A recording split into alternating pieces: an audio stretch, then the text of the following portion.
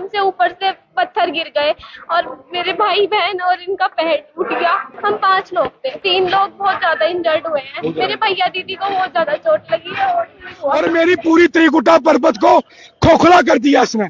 8 जगह पे लैंडस्लाइड हुआ है, 8 जगह पे पूरे त्रिकुटा पर्वत में। जहां पे यात्री थे वहां पे खतरनाक लैंडस्लाइड हुआ और यात्री मर गए। बाकी 8 जगह से मेरी त्रिकुटा पर्वत चलने लगा है। इसके लिए मैं 3-4 साल से बोल रहा हूँ, हमारी आवाज कोई सुनता नहीं है। हमारे भाइयों के गले में सोने के चेन थे, ब्रासलेट थे, अंगूठियां थी, एक घड़ी छोड़िए।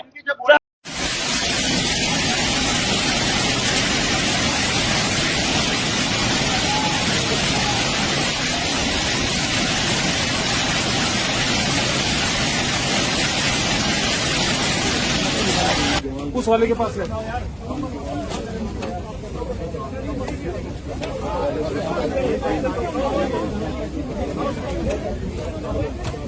कोई मक्खी निकालेगी।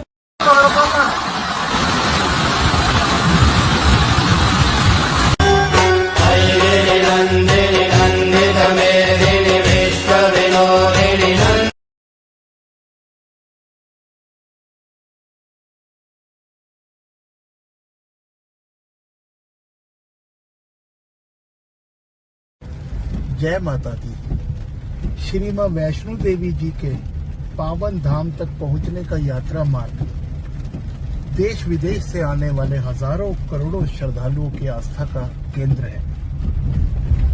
लेकिन 26 अगस्त को इस यात्रा मार्ग पर हुए दर्दनाक हादसे ने विश्व भर को हिलाकर रख दिया। इस हादसे में करीब 40 श्रद्धालु अपनी जान गंवा बैठे। वही 20 श्रद्धालु ऐसे भी हैं जो अभी भी अस्पताल में अपनी जिंदगी और मौत की लड़ाई लड़ रहे हैं। सवाल यह उठता है कि क्या ये एक प्राकृतिक आपदा थी या प्रशासनिक लापरवाही या मानव जनित कारण। जिस बात पर चर्चा होनी बहुत जरूरी है। आज हम सच्चाई को सामने लाएंगे और इस गंभीर हादसे की सच्चाई पर चर्चा करेंगे। हम बताने का प्रयास करेंगे कि क्या यह हादसा वाकई में एक लैंडस्लाइडिंग का हिस्सा था, प्रशासनिक प्रबंध, सुरक्षा प्रबंध, श्री मां वैष्णो देवी श्राइन बोर्ड द्वारा किए जाने वाले दावे, प्रशासन द्वारा किए जाने वाले दावे, इन सब पर चर्चा कर हम इस बात को सामने लाने का प्रयास करेंगे कि क्या कारण रहे कि यह हादसा एक दर्दनाक हादसा बन गया और कई घरों के चिराग इस हादसे में बुझ गए। श्री माता वैष्णो देवी श्राइन बोर्ड का दावा है कि हादसा श्री आर्तकुंवारी मंदिर के पास स्थित इंद्रप्रस्थ भंडारा के पास लैंडस्लाइडिंग के कारण हुआ, जो कि दोपहर बाद करीब 2:40 पर अचानक बादल फटने के कारण हुई। लेकिन स्थानीय लोग इसके विपरीत बता रहे हैं कि क्षेत्र में पहाड़ी के ऊपर कुछ इमारतों के निर्माण कार्य चल रहे थे, जिन निर्माण कार्यों के चलते मलबा पहाड़ी के एक हिस्से पर इकट्ठा किया जा रहा था और इसे रोकने के लिए लोहे की चादरों का इस्तेमाल किया गया था। जब बारिश तेज हुई और पानी का बहाव बहुत ज्यादा बढ़ गया तो ये लोहे की चादरें पानी के बहाव की मार को झेल नहीं पाई और अचानक से ढह गई और देखते ही देखते इकट्ठा हुआ मलबा उक्त स्थान पर यात्रियों के ऊपर आकर गिरा। श्रद्धालु उसके नीचे दब गए और एक बहुत बड़ा हादसा सामने आया। हम अब श्री मां वैष्णो देवी यात्रा के कुछ फैक्ट सामने लाने वाले हैं, जहां मौसम विभाग द्वारा 24 अगस्त को अलर्ट जारी किया गया था। वही इस अलर्ट को गंभीरता से लेते हुए यात्रियों की सुरक्षा को मुख्य रखते हुए श्री मां वैष्णो देवी श्राइन बोर्ड द्वारा भी उचित कदम उठाए गए। नए ताराकोट मार्ग, श्री अर्धकुंवारी मंदिर के पीछे वाले हेमकोटी मार्ग से यात्रा को रोक दिया गया, क्योंकि यहाँ पर निरंतर रोजाना थोड़ी बहुत लैंडस्लाइडिंग, पत्थर इत्यादि गिरने की घटनाएं सामने आ रही थी। वही हम बात करते हैं श्री मां वैष्णो देवी धाम तक पहुंचने के लिए श्री बाणगंगा जी से लेकर त्रिकुटा पर्वत मार्ग के, जो एक मुख्य मार्ग है और प्राचीन मार्ग है, यहाँ पर लैंडस्लाइडिंग की संभावना बहुत ही कम होती है और बहुत ही कम हादसे आज तक सामने आए हैं। जिस संभावना के चलते श्राइन बोर्ड ने इसे गंभीरता से नहीं लिया और उक्त अलर्ट जारी होने के बावजूद जहां जम्मू कश्मीर प्रशासन द्वारा, लोकल गवर्नमेंट द्वारा सरकारी स्कूल तक बंद कर दिए गए थे, लेकिन श्राइन बोर्ड की लापरवाही रही कि उनके द्वारा श्री मां वैष्णो देवी के मुख्य मार्ग की यात्रा को नहीं रोका गया। श्रद्धालुओं का गुस्सा बिल्कुल जायज है। श्रद्धालुओं का मानना है कि अगर मौसम विभाग ने पहले ही अलर्ट जारी किया था तो श्राइन बोर्ड ने यात्रा को क्यों नहीं रोका?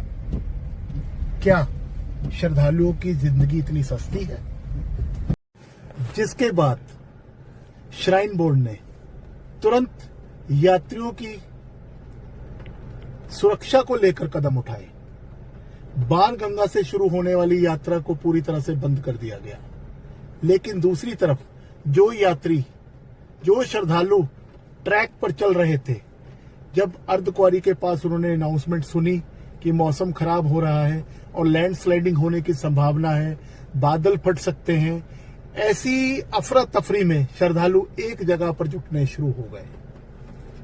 अर्धकुंवारी से करीब इंद्रप्रस्थ भंडारा, जहां पर सैकड़ों श्रद्धालु एक साथ रुककर जमा हो गए, जिन्हें एक जगह पर रुकने की बजाय चलना चाहिए था। श्राइन बोर्ड द्वारा दावा किया जाता है कि उनके सुरक्षा दस्ते जगह जगह पर तैनात थे, जो यात्रियों की सुविधा का ध्यान रख रहे थे, तो उनके द्वारा इस तरह यात्रियों को एक जगह इकट्ठे होने से क्यों नहीं रोका गया? अगर श्राइन बोर्ड गंभीर होता तो जो यात्री यात्रा मार्ग पर चल रहे थे, चलते रहते, एक जगह पर इतने इकट्ठे ना होते, तो शायद एक ये बड़ा हादसा ना होता, 40 लोग अपनी जान ना गंवाते, 40 परिवारों के दीपक ना बुझते। अब इसमें श्राइन बोर्ड कितना जिम्मेदार है, इसके ऊपर भी हम चर्चा करने वाले हैं। बीते दिनों भारी बारिश और लैंडस्लाइड होने के कारण रास्ता क्षतिग्रस्त हो चुका है। उसका मरम्मत का काम जोरों शोरों से चल रहा है, जो कि 2-3 दिन में पूरा हो जाएगा और यात्रियों को सूचित किया जाता है कि यात्रियों की सुविधा हेतु जैसे ही रास्ता ठीक हो जाएगा, उसके बाद यात्रा सुचारू हो। अनाउंसमेंट को सुनते ही श्रद्धालु डर जाते हैं, एक जगह एकत्रित होते हैं। दोपहर 2:40 पर एक जोरदार धमाका होता है। एक बिजली, एक लाइट लोगों की आंखों में चमकती है और धड़म से मलबा आकर उनके ऊपर गिर जाता है। भारी संख्या में लोग मलबे के नीचे फंसते हैं। यहां बात होती है राहत कार्यों के शुरू होने की। तो इस घटना एक शर्मनाक पहलू में आपके सामने लाने जा रहा हूं, जहां मदद के लिए आम जनता के हाथ मलबे में घायलों को ढूंढ रहे थे, उन्हें खींचकर बाहर निकालना चाह रहे थे। वहीं कुछ शरारती लोग ऐसे भी थे जिन्होंने अपना स्वार्थ देखा, इंसानियत को परे रखते हुए उन घायलों के, उन मृतकों के शरीर पर पहने हुए गहने उतार लिए, चोरी कर लिए, पर्स चुरा लिए, पैसे चुरा लिए। ऐसी कुछ सोशल मीडिया पर वीडियो भी वायरल हुई हैं, जिनमें घायलों और मृतकों के परिजन आरोप लगा रहे हैं कि उनके पहने हुए गहने, जेब में पर्स, नकदी इत्यादि सब चोरी हो चुकी थी। हमारे भाइयों के गले में सोने के चेन थे, ब्रासलेट थे, अंगूठियां थी, एक घड़ी छोड़िए, सबके सारा कम से कम एक बंदे के 10 भरिया खुद ज्वेलरी शॉप वाले हैं, सुना रहे हैं, सोना पहनते हैं। का सदस्य मेन हेड कौन है? हमारे भाई के गले में चेन, हमारे चारों ये छोड़ा, ये घड़ी छोड़ा है, ये सारा का सारा गोल्ड। मैं बता दूं मीडिया को बता ये दूं, देखो, ये देखिए इनके गले में चेन है। देखो, इसके हाथ में ब्रासलेट है सोने का, सब निकाल दिया। 15 लाख। मृतकों और घायलों की मदद करने के लिए बढ़ने वाले हाथ ही जब उनके जेवर नोचने लग जाए तो यह घटना एक प्रशासनिक लापरवाही ही नहीं बल्कि हमारी सामाजिक संवेदनाओं की कसौटी है, जिस पर कहीं ना कहीं हमारा समाज, हम खरे नहीं उतरे हैं और पूरी तरह से असफल रहे हैं। ये एक इंसानियत का कत्ल हुआ है कि घायल मजबूर लोगों के जेवर उतार लिए गए। क्या प्रशासन सो रहा था? क्या स्थानीय पुलिस सो रही थी? श्राइन बोर्ड और एलजी इस बात के लिए पूरी तरह से जिम्मेदार ठहराए जाने चाहिए।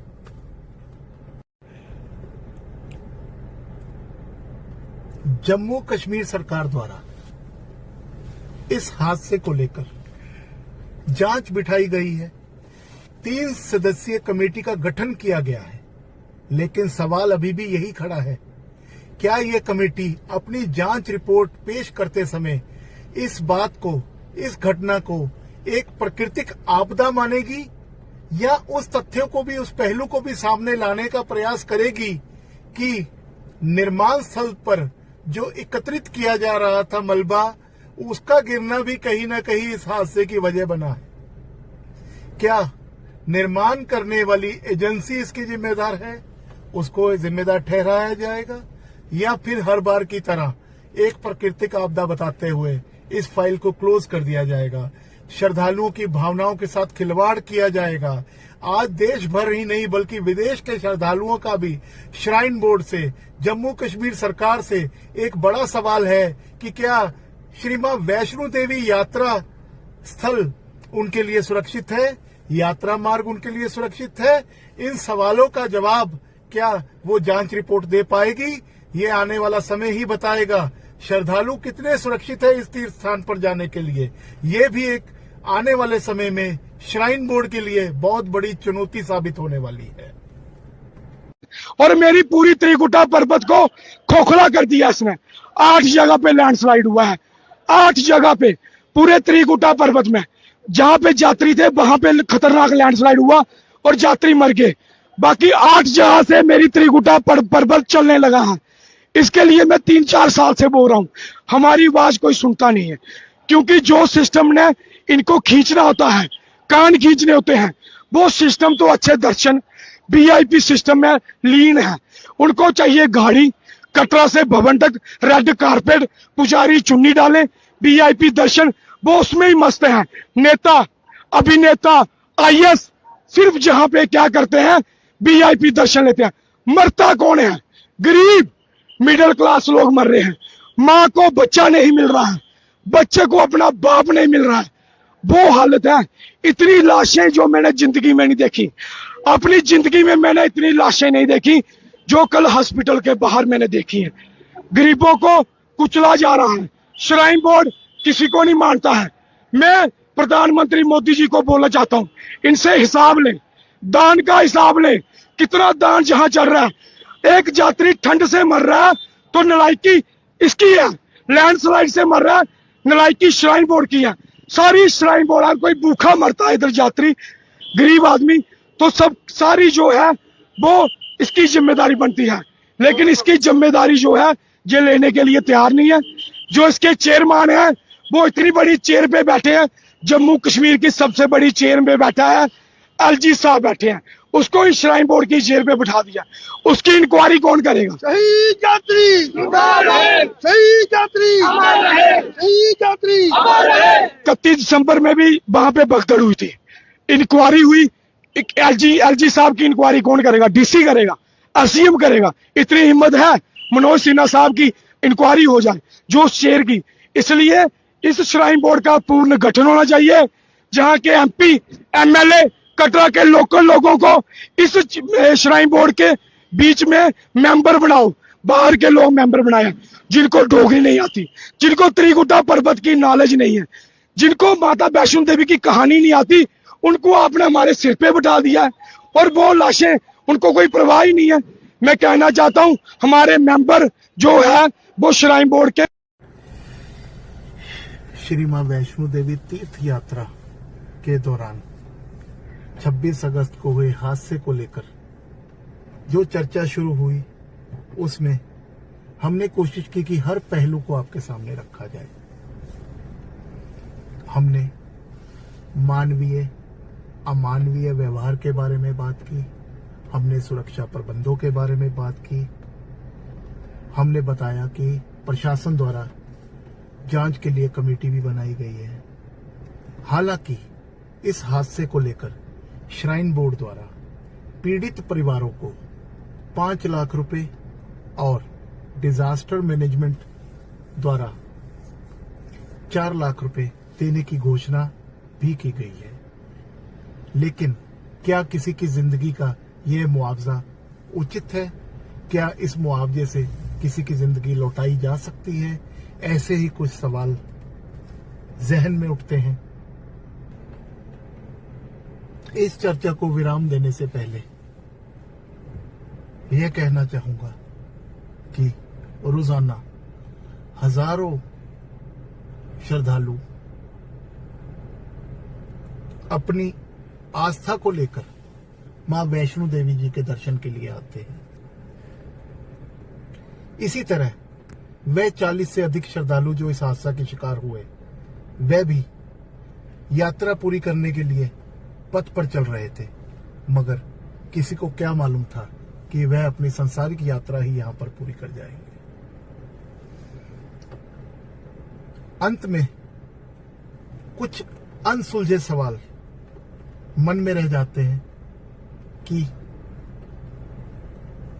अगर इस तरह की प्राकृतिक आपदा सामने आती भी है तो उसके साथ साथ कुछ विपरीत परिस्थितियां भी सामने आती है, जिसमें प्रशासनिक लापरवाही को नजरअंदाज करना भी गलत होगा। जो जिम्मेदार है उन्हें कटघरे में खड़ा करना बहुत जरूरी है। श्रद्धालुओं की आस्था की बात करते हैं तो उनकी आस्था के साथ साथ सुरक्षा बनाए रखना भी देश की सरकार का कर्तव्य है। तो अंत में सिर्फ इतना ही कहूंगा कि मां वैष्णो देवी उन श्रद्धालुओं की आत्मा को शांति दे, अपने चरणों में निवास दे और जो घायल हैं उन्हें जल्द से स्वस्थ कर एक स्वस्थ जीवन प्रदान करे और अपने आशीर्वाद से इस त्रासदी से पीड़ित हुए लोगों को दुख को सहने की शक्ति दे। और वही श्राइन बोर्ड को भी इस हादसे से नसीहत लेनी चाहिए कि आपात स्थिति में सबसे पहले श्रद्धालुओं की सुरक्षा को ही प्रमुख रखा जाए। किसी भी तरह की लापरवाही देश बर्दाश्त नहीं करेगा, देश के लोग बर्दाश्त नहीं करेंगे और श्रद्धालु तो कतई बर्दाश्त नहीं करेंगे। इसके साथ ही मैं इस चर्चा को विराम देता हूं और सभी भक्तों को नम आंखों से इस दर्दनाक हादसे की पीड़ा को बयान करते हुए अंत में सिर्फ इतना ही कहना चाहूंगा कि सभी